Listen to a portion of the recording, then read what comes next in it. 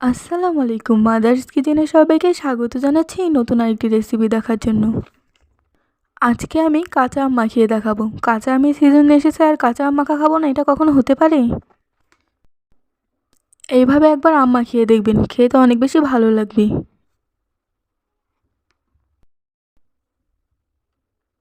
আম মাখানোর জন্য নিয়েছি 5টা আম। আমগুলোকে ভালোভাবে ধুয়ে নেব। আপনারা চাইলে বেশিও আম নিতে পারেন, আবার কমও আম নিতে পারেন। আমগুলো এখন ভালোভাবে ছিলে নেব। আমগুলোকে ছিলে নিয়েছি, এখন কুচি কুচি করে কেটে নেব।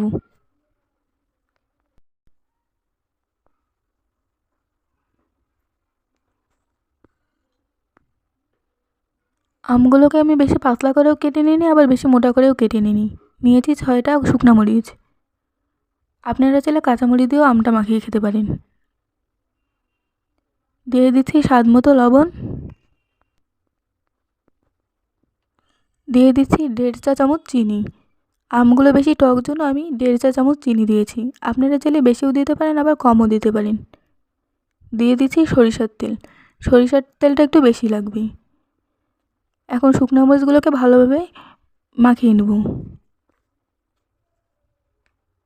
মাখানো হয়ে গেলে আমের সাথে ভালোভাবে মাখিয়ে নেব।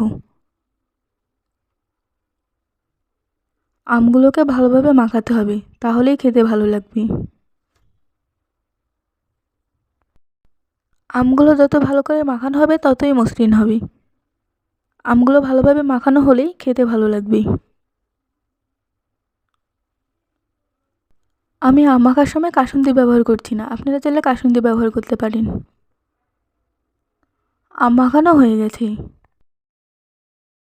অনেকভাবেই তো আম মাখা খেয়ে দেখেছেন, একবার এভাবে খেয়ে দেখবেন, অনেক ভালো লাগবে। আশা করছি আজকের আম মাখা রেসিপিটি আপনাদের কাছে ভালো লেগেছে। আপনারা যদি আমার ভিডিওটি ফেসবুক থেকে দেখে থাকেন তাহলে লাইক, কমেন্ট, শেয়ার এবং ফলো দিয়ে পাশে থাকবেন। আর ভিডিওটি যদি ইউটিউব থেকে দেখে থাকেন তাহলে লাইক, কমেন্ট, শেয়ার এবং সাবস্ক্রাইব করে পাশে থাকবেন। আম মাখার ভিডিওটি কেমন লাগলো কমেন্ট করে জানাবেন। ধন্যবাদ।